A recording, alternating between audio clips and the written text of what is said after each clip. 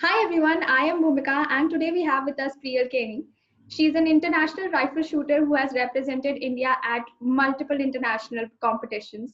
Besides that, she is also a chartered accountant, a CFA Level 2 candidate, and a Shiv Chhatrapati awardee.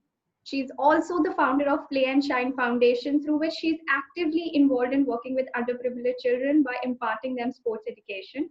She's also an alumnus of McKinsey Next Generation Women Leaders 2020 and a Global TED Circles host. We are thrilled to have you here with us, Priyal. Welcome to our channel. Thank you so much, Bhumika, for this very elaborate introduction. And in fact, I'm more happy to be here than probably you are to invite me, because I have been following Proternity for quite some time, and generally the people who get featured on this page are all India ranks 1, 2, or 3. And since I really couldn't make it there, I'm really happy that I could somehow really make it to be featured on this page. So really, thank you for inviting me to be a part of your YouTube channel. We are fortunate that we have you here today. So let's start with the beginning. How and when did you get into rifle shooting? So I started rifle shooting in the 8th standard. So I was a child who really wanted to try all kinds of extracurricular activities. So now when I look back, I was into classical singing, classical dancing. In fact, I did classical singing for a full 7 years. I'm a trained classical singer, and I'm just one exam away from being a graduate in singing. And then there was throw ball, there was basketball, there was so much going on. So when I really found out about the rifle shooting club in my school, of course I was intrigued towards it, and I was like, okay, this is something also I want to try, because the whole concept that I'll be trained to use a rifle, I'll be able to handle a gun, really intrigued me, and I was really fascinated by that whole concept. So I just came home and I told my mom, there's a shooting club and there's an orientation session this weekend, so let's just go for it. And my mom very well knew the kind of kid I was, and she didn't say no. She was like, okay, fine, we'll just go have a look how it was. And the good thing for me was that the shooting range was just 5 minutes from where I stay. So it was really convenient for me. So even later on, when I decided to, pursue the basic training course and then train to, really become a rifle shooter, it was convenient because after school, mom used to pick me up. We used to just go down to the range. I used to train a few shots and then I used to come home. So that is how shooting initially started when I was in the 8th standard. But to my luck, my coach really identified the potential in me, and he kind of spoke to my mom and told her that, she really needs to put in more time and she needs to put in a little more serious approach because her reflexes are good. She's got good concentration skills. If you really work on her, she can do good. And we really took his word, and I really put in some good efforts. And from the day I started to just in about 9 months, I had such a steep progress that I made it to the list of probables for the Commonwealth Youth Games, and I found myself in Hyderabad at a training camp where all the probables were really training to be selected for the Commonwealth Youth Games. And I think that was the turning point in my life, because that the exposure I got there and the experience of staying with people from all across the country for 1 month in Hyderabad and getting trained by the best coaches in the world, that's when I realized that okay, this is something I really want to do, and there was no looking back after that day. Yeah, it sounds very dreamy and very motivating also. So how did you manage your academics with sports, and like what are the challenges that you faced and how did you overcome it?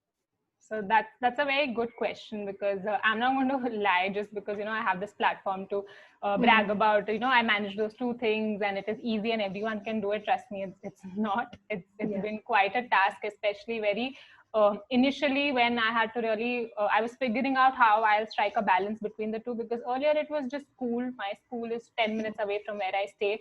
So life was very convenient, and then shooting came in and I had to travel to different parts of the country for these selection trials, coaching camps, and I used to miss school for weeks and weeks altogether, and then you're coming back, making up for that backlog, submitting projects on time, taking your exams afterwards, and there was so much happening. And this was happening when I was literally in the 9th and 10th grade. And I was always academically very strong. I was a consistent prize winner. So my parents were equally worried, how I'll cope with it. And they didn't want my academics to suffer in any way. But luckily, my mom was very supportive. At the same time, my friends were very supportive. They would really helped me, cover up all the notes that I have missed. Teachers used to help me cover up for the backlog that I have in the syllabus after school, and there used to be extra classes, extra lab sessions, and luckily that is how I sailed through 10th standard, and I sailed through with very good marks. Like I scored a 95% in my 10 boards, and after that, of course, junior college happened, and that was another place where I was really scared because from school, like in Maharashtra, we directly step into junior college, so it was a new environment, new set of people, new set of teachers, and I really don't know whether they'll really, cooperate with what I do and how welcoming they will be to it. But even there, the kind of support I got is something I'm still grateful for. And with that only, I even sailed through 11th, 12th. In fact, in 12th, I was one of the state toppers in the Maharashtra board. And 12th standard was the actual big year in my life, because I was even the state topper, and at the same time I had shot an international in Germany where I had finished with a world rank of I was fifth all over the world in my category. So that's when I really had to decide that if should I do this or should I do that, because both the things were getting to such a serious level that I couldn't balance both of them seriously. So then after that, I decided to, do the CPT and take a break until graduation is over. I was only going to focus on shooting. So, this is how a little bit of this and a little bit of that. And that's how I've been balancing academics and sports. That's really, I don't know what to say, because it sounds like a lot of struggle, but then you overcome all of it. So that's brilliant. And I want to ask this question. So do you have like a ritual or a song that you play before every competition, like a motivational song? Do you have that? Yeah, so there is not any one fixed song, but I love listening to something motivational, even if I'm reading something. So I'm an avid reader. I prefer reading some motivational book or listening to some motivational podcast. I really like to, like infuse or, reinforce positive thinking. I'm a dangerously optimistic person. So I really like to, be positive at all time, think of good, think about the good things, be grateful for the little things I have. So that is one ritual I follow, be it an exam, be it a match or something, because it's very important. Like, especially the kind of sport I am in, for outsiders, shooting seems like more of a physical sport where you're handling guns, but trust me, it's 90% more of a mental game. If you're not thinking right, your pulse goes for a toss. And the minute your pulse goes for a toss, your weapon is not under your control anymore. And 3 bad shots and their match is over for you. It's like a game over. It's a pack-up day for you. So it's really, really very important to, just be very positive, have control over your nerves. So that is something I really practice. There are these, I journalize also a lot. So I have this diary in which I keep writing things, and I keep writing my thoughts, and nothing negative, like strictly nothing negative. So I journalize everything, and there are these few mantras that I keep chanting. So yeah, these are these little practices that I always do. You sound like a very spiritual person, and very no, sorted person. Yeah. So I do practice positive thinking, but spirituality is something I have nothing to do with. I am not really much. All right. Okay. So because you mentioned about all your classmates and all your teachers supporting you throughout your journey, but who has been that one major influence in your life who has, motivated you all throughout the process?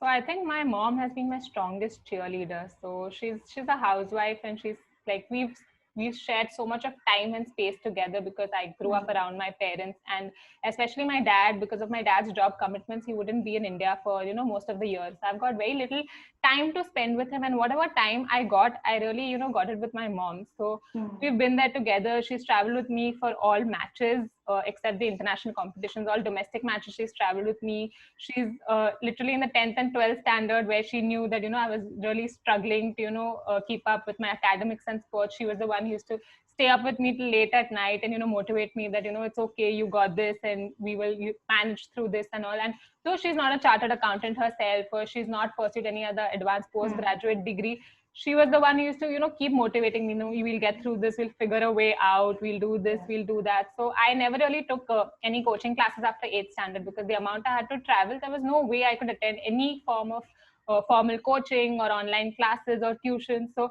I used to sometimes go up to her and I'm not understanding this, I'm not understanding that, and it was equally alien for her, but she used to always assure me that it's okay, we'll figure this out, we've got this, we've got this. And every time she told me that, we've got this, we figured this out, it kind of gave me confidence. It kind of gave me a booster that, okay, I mean, this is going to be all right. So she's someone who's constantly motivated me. And till date, like even today, if I go and tell her that what my yearly goals are, or, where I see myself in next 5 years, she always motivates me. She's like, nothing is impossible, just go for it. So, I mean, I really credit a lot of my success to her.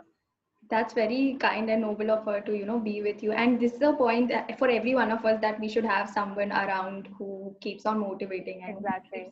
keeps us on the right path. So yeah, that's really nice. So you mentioned that you got into, like, you appeared for CPT in your college. So is there any one of your family member or anyone who was pursuing chartered accountancy? No, not at all. So I'm the first chartered accountant from my life, from my family. So I grew up in a joint family. So we are a bunch of cousins, and my older cousin, she's a chef, and the younger ones, they have like just about taken up science and commerce. So I was one of the first persons who really thought of doing CA, and none of my uncles or aunts are CA or even have any kind of a formal commerce background or a formal commerce education. Even my parents, they're just graduates. So when I really decided I wanted to do CA, like my dad literally raised his eyebrows and he was like, will you be able to manage it? Because that was when I was even managing shooting. Yeah. And I was like, and before I could answer him, actually my mom answered me. He's like, yeah, she'll do it. And he just looked at her and he's like, okay, fine. I mean, you two have got this. You two have to figure this out. Yeah. And now that I'm a chartered accountant, we actually look back to that day and we laugh, because my dad literally tells me, he's like, I never really thought you would be able to, pull this off along with shooting, but I'm so proud of you. You were able to do it now. So I'm the first one, and a lot of people in fact ask me that, what motivated you to take up this course, because generally a lot of people do it when someone in their family is already a CA. And now, I mean, I just feel it was a challenging decision, but I'm glad at the end of it I could make it to the other side.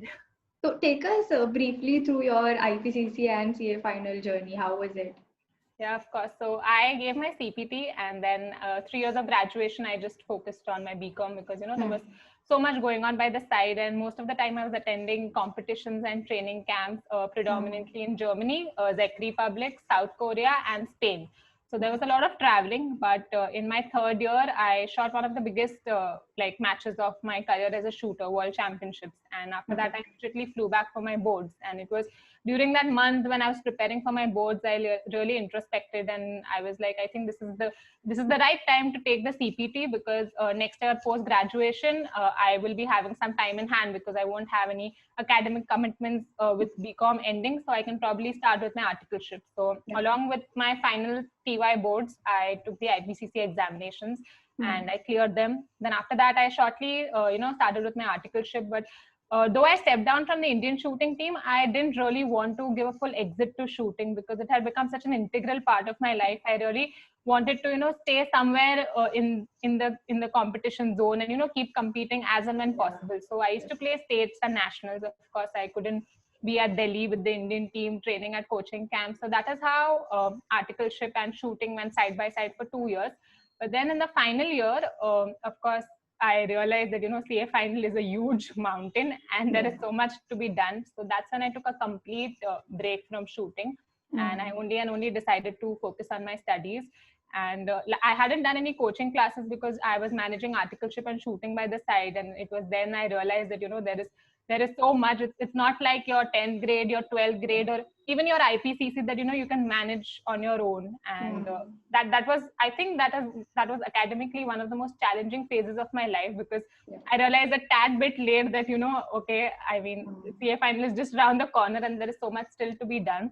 But then I enrolled in the ICI library, and I went there. And then again, I'm very grateful to have met some amazing people who were, very supportive. And they told me that, you should probably refer to this material, that material. We used to study together. I chalked out a timetable. And those 4 months were really challenging. I used to study for almost 16 to 18 hours a day, if I have to quote it modestly. Because during exam time, I forgot to keep a track. It is not the number of hours you study or the number of hours you sleep. It's just about, how you're going to flip through the pages and just cover whatever you have to cover. So, I mean, that is one message I'll tell for any current CA student who has IPCC or CA final around the corner, that no matter how academically strong you are, Chartered Accountancy is a different ball game altogether. So don't take it lightly at all. It's going to challenge you. It's really going to challenge you to the core, and it will be a kind of experience probably you've never had before, irrespective of how much ever you scored in your 10th, 12th, or an IPCC rank or anything. So, start working on it from day one. Yeah.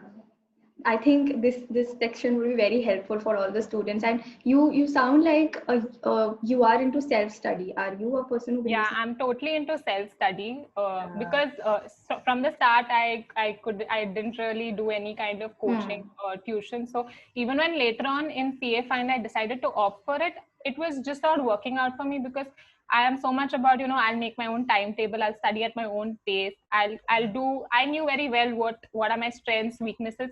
So, enrolling for a very standard coaching class where they go according to their preferences or their pace just didn't appeal to me. Yeah. So, like if I had to just walk you through my CA final preparation, I analyzed each and every subject, and my strengths are all the practical subjects. So I knew FR, SFM is something I can deal with on my own, especially in risk management. That was my elective subject in the new syllabus.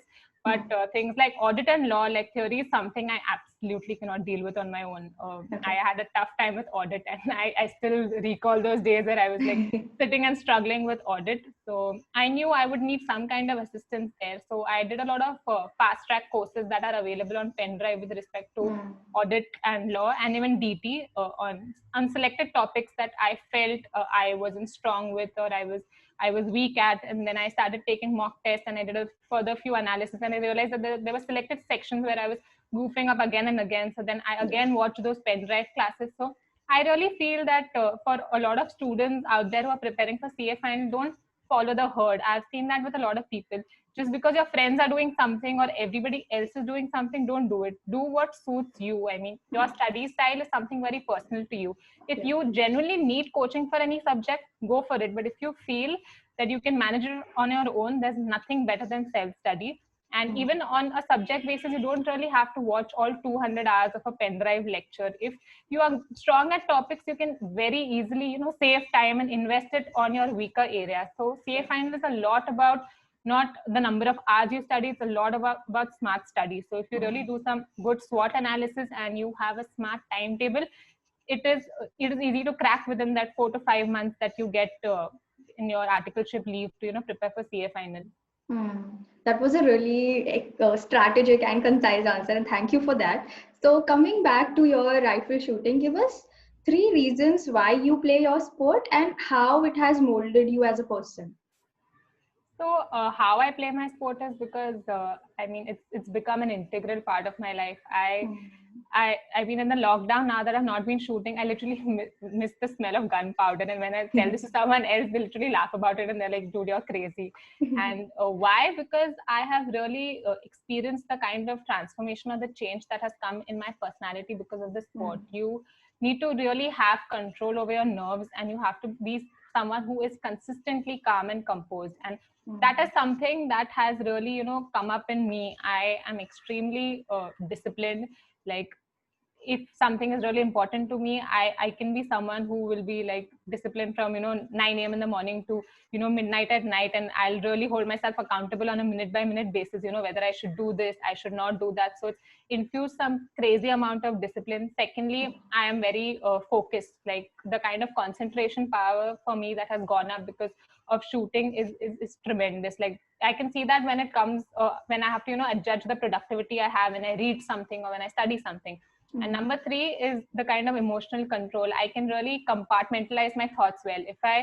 If there's something bothering me and I know that I shouldn't be bothered by this and I should really focus on the task in hand, I can really just zone out or cut myself out of it. I can literally, as I put that thought in one compartment of my brain, and I'll be like, okay, I'm not going to let this bother me. I have other things to keep me busy. So compartmentalization is another thing that has really helped me in a great way, because like, no matter how much you agree or disagree, there are so many things that happen to us in our day-to-day lives, in our lives or in the lives of others that are around us, that really have a profound effect on our productivity and what we are doing every day. And if we cannot cut off these distractions or these extra thoughts, it's going to affect us at the end of the day. And shooting is something that has really, really taught me that.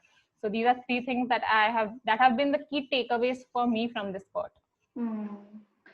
Because you have mentioned it, I think I truly agree to what you have said, that we are very much surrounded by a lot of distractions, and the kind of concentration you have, it's beyond words. It's amazing. So so my next question is, what is one common myth that you want to break about CA as a profession? Oh, that's a very good question. One common myth that I really, really want everybody, be it CAs or non-CAs, that people should not have is chartered accountants don't have a life outside of audit, tax, or accounting.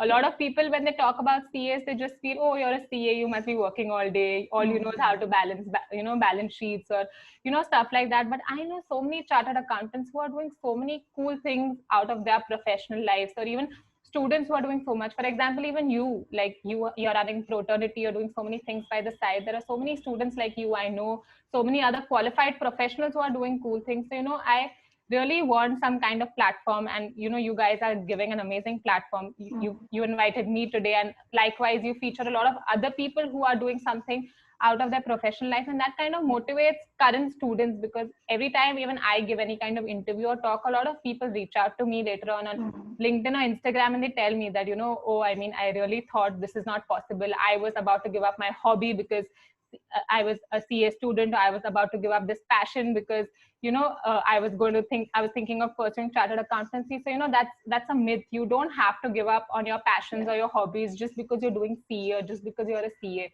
If you really implement some just decent time management, it's very much possible to do whatever you want in life. So that's one myth that I really want to break, that chartered accountants are not fun, or they don't do fun things out of their professional life.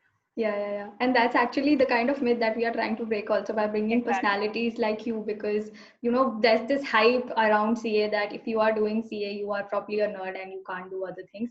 But we are really proud of you and all of the personalities that you have brought on the platform. So let's talk more about Play and Shine Foundation, the NGO that you run. What was the mindset behind establishing that organization? So right from school, I was working with a lot of NGOs. In school, I was involved with CRY, which is Child Rights Anew, and the Leprosy Mission.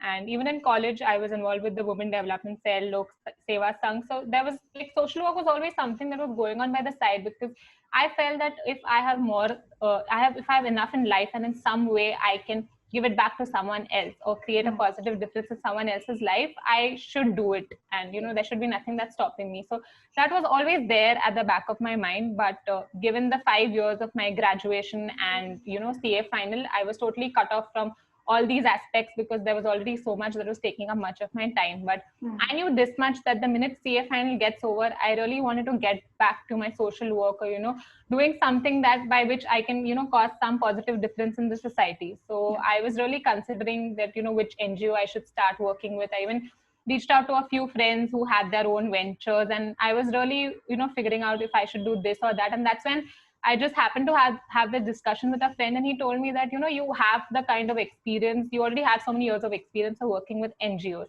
and you are passionate about sports, you're passionate about social work, so why not start something of your own where you can merge these interests together.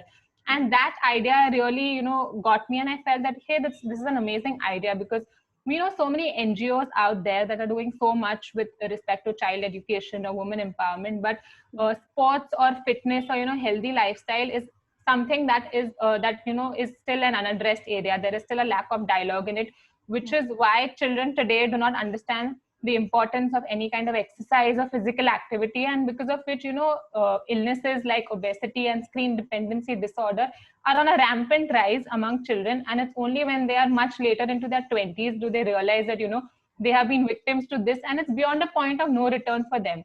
So I realized by which any social initiative that I can set up, by which I can kind of generate awareness about sports, about exercise, about yoga, impart values, sport education to children, especially those belonging to tribal communities, migrant worker families, and other marginalized sections of the society who do not have do not go to schools that provide such kind of education.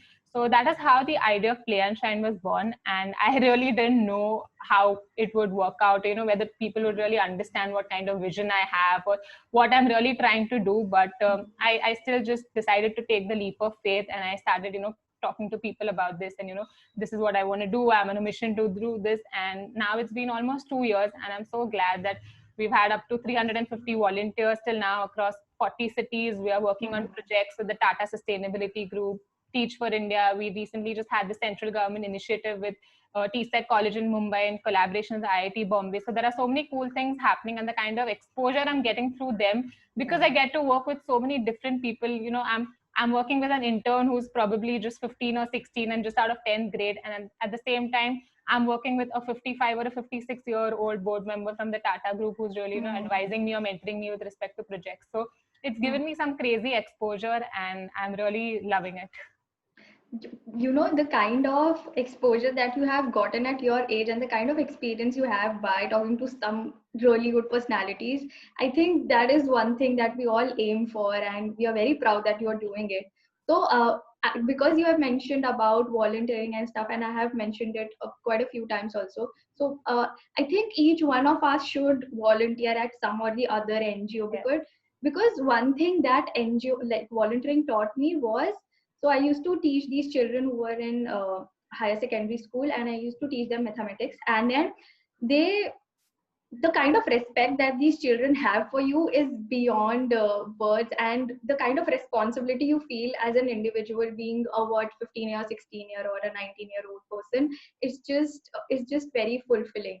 So I urge everyone that you can probably text Priyal about volunteering, and I'm sure she'll help you out. Yeah, I mean, I totally agree. Like, very recently, you said the kind of respect that these children have. Like, just amidst a lockdown, we started these online mentorship programs for a classroom from Teach for India. And these are children I have never met in real life. It's just that we get onto a Zoom call once a week, and I talk to them virtually, and whatever relationship we have it through them. But even through this very little virtual interaction we have, the kind of bonding that we've developed, they all have my number, and they keep checking on me. So I was really busy in between because I was really overburdened with work, and I couldn't meet them for 2 or 3 weeks at a length. And they kind of used to drop me messages like, "Hi Didi, how are you? We didn't see you. Is everything okay?" Yeah. If it's Christmas, they'll message me Merry Christmas. If it's Diwali, they'll message me Happy Diwali. So the kind of connection that these children have with you, it really makes you feel so good that you've not even met them, and then you share this bond with someone, and you mean so much to them, and I go out of my way to try and do whatever I can in every possible way for them. So it's a very surreal feeling. Yeah, true. So, your life has been a roller coaster, and you have experienced so much. So, did you imagine your life would be the kind of life you have right now? And or tell us something about your plans for the future. So I had absolutely not imagined. In fact, that's happened with me time and again. Every time I feel, okay, this is how it will be after this, or this is the next thing. Almost life has taken a U-turn, and I find myself in a completely different zone or at a completely different place. And of course, in a good way. Like I told you, I started shooting in the 8th standard. So for me, when I was in the 8th standard, I really felt that, now 9th and 10th is catching up. So for the next 2 years, I'll be attending coaching classes. I'll be focusing on academics. I'll be studying all day. And then come shooting, I was missing school. I was really traveling all over the country. Again, after 12th standard, when I took CPT, I really thought that, okay, now Chartered Accountancy, by next year, I'll start my articleship. And then I finished 5th at a world level. And then I'm going for World University Games, World Championships. I'm attending coaching camps in Germany and Czech Republic. So it's been very different. Even after CA, I really thought that, okay, now that I'm a qualified chartered accountant, I'll probably be focusing on work, and I'll try and give some time for shooting. And then suddenly Play and Shine happened, and it's become such an integral part of my life. Like generally after a strenuous Monday to Friday, I thought that as a working professional, I'll probably be partying Saturday, Sunday, or having this amazing social life, or going out. And now I'm just glued to whatever social work I'm doing. I'm probably visiting a village to conduct some donation drive, or doing some back-end administrative work that has been in the pipeline or on hold because I wasn't available the whole week. So, life has always changed. So even today when me and my mom have this conversation, what next or where do you see yourself in 5 years, I actually laugh and I prefer not to comment because I always tell her, Mama, it's going to be something totally different. So, Yeah. probably I should not plan things because God already has this, different plan for me. So let's just take things as they come. Yeah, that was some stellar experience, and I am sure a lot of students must have learned a lot of things from your interview. Last bit of advice that you would want to give out to someone who is planning to follow a career path similar as yours.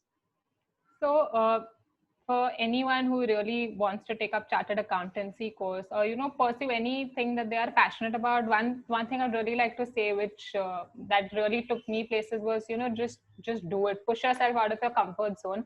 I was, as a kid, I really dreaded to push myself out of my comfort zone. It really look it took me time to really prepare myself and be like, okay, fine, you need to get out of home, you need to go places, you need to do things if you want to get somewhere in life. So if you find yourself at the same stage in life, just do it. Don't fear failure. Don't fear about what if this doesn't work out or what others say.